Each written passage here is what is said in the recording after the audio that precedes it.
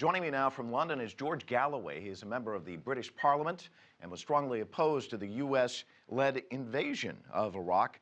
Let me ask you about that. You were against the U.S. and British war in Iraq. As you look at things now, do you feel like you've been vindicated, that you were right all along? Yes, and very quickly, too. I predicted that the fall of Baghdad would not be the beginning of the end, but merely the end of the beginning. I told Mr. Blair personally, in an altercation in the library corridor in the building just behind me, that there was no Al-Qaeda in Iraq, but if Bush and Blair were to invade it, there would be thousands, tens of thousands of Al-Qaeda in Iraq. I told them that extremism would cascade around the world as a direct result of their invasion and occupation of Iraq. And I told them that the Iraqi people would fight their occupation with their teeth, if necessary, until they had driven them from their land. And so I and the anti-war movement, of which I was one of the leaders, and the anti-war forces all over the world have been absolutely vindicated. It's just an absolute tragedy that more than 1 million people have had to leave their guts on the ground in order to prove that we were right and Bush and Blair were wrong. Mr. Galloway, we just talked to a former Iraqi national security advisor. He's a supporter of the Shia government. He says that the situation is not spinning out of control and that he believes military forces will prevail against al-Qaeda. Could he be right? He could be right, but of course that will merely pave the way to the fire next time. There is a profound instability now in Iraq. Because, first of all, of the Western invasion and destruction of Iraq as a single country, and then the support. I mean, it's almost impossible to believe that this is true, but it is, that we are giving support to the very Al-Qaeda in Syria that we've spent the best part of 20 years fighting in the rest of the world. It just goes to show that these people never read Frankenstein to the end of the novel. If they had, they would have known that it's called a monster because you can't control it once you have constructed it. And Western powers helped bring forth, conjure forth, this Al-Qaeda phenomenon in Afghanistan more than 20 years ago. And it's now, if not out of control, proving exceptionally difficult to control.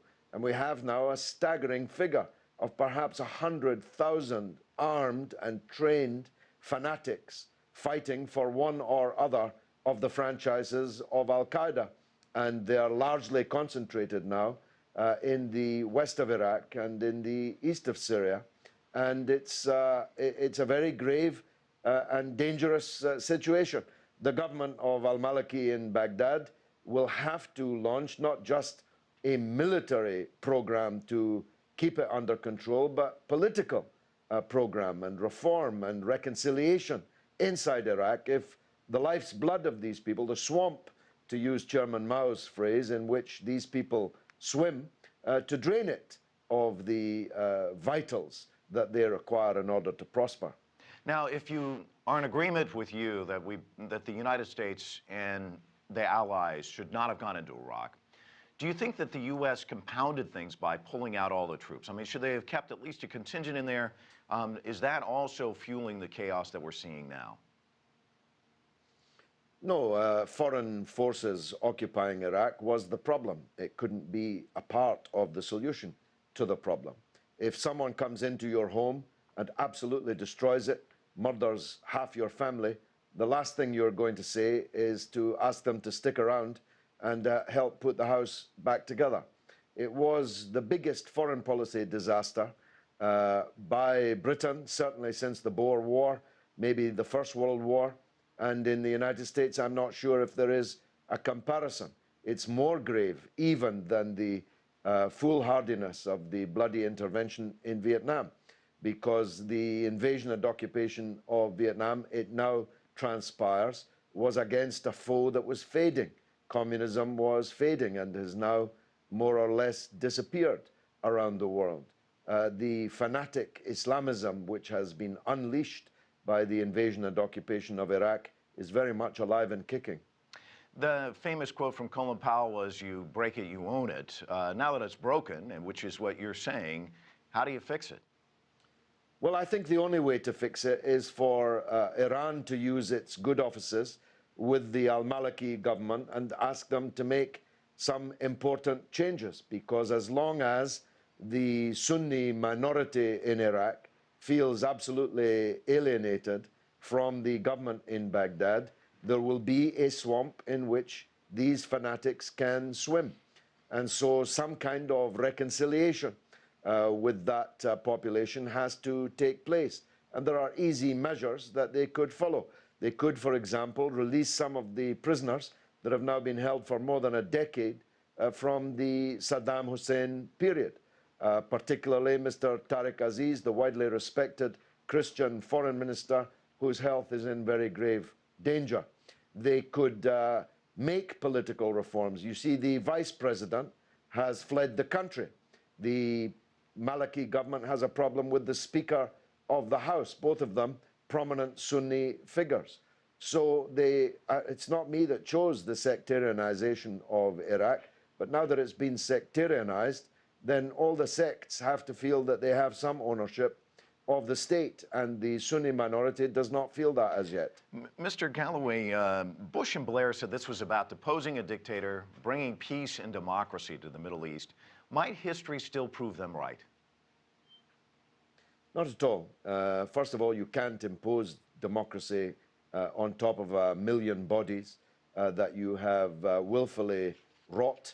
You cannot destroy a country in order to fix it. As the famous general said in Vietnam, we're going to have to destroy this village in order to save it. This is fantasy talk. And there is no real democracy in Iraq. There is sectarian power blocks, with every sect having its armed groups around it. And the balkanization of Iraq is now almost complete, and it no longer really exists as a single country, any more than Syria, for that matter, continues to exist as a single country. So no, they will not be vindicated. The best way that the world could proceed would be to arraign them both before the International Criminal Court in The Hague, sentence them to a life together in a prison cell, though that might be cruel and unusual punishment. And some might find that rather harsh, but let me talk a little bit about vindication, because you were talking about that issue. You were accused of being too sympathetic to Saddam and his regime. You even came here to the United States Senate and had to defend yourself against allegations of profiteering for this oil for food program. Do you feel like you satisfy that criticism, and do you feel like you've been vindicated in many respects?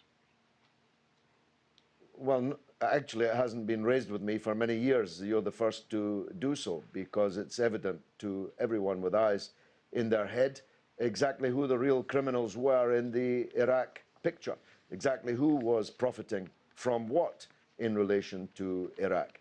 No, I feel absolutely vindicated. Everything that I and the anti-war movement said would happen if Bush and Blair invaded and occupied Iraq exactly did happen. If we're guilty of anything, it's underestimating the sheer scale of the disaster that it would prove to be. So actually, it's one of the reasons why we're not currently at war with Syria. The House of Commons turned over the Prime Minister just a month or two ago, and if we hadn't done so, Britain and America would now be at war with Syria, by extension with Iran, and with China and Russia on the other side of the conflict. Now, that would have been a disaster that would have dwarfed even the Iraq disaster. So the British public has long ago voted with its feet, and even in the Parliament now, you will not find a majority for any more foreign wars. So we were right, they were wrong. Just a pity that so many rivers of blood were created in order to bring that vindication about. George Galloway, thanks so much for joining us from London. Appreciate it.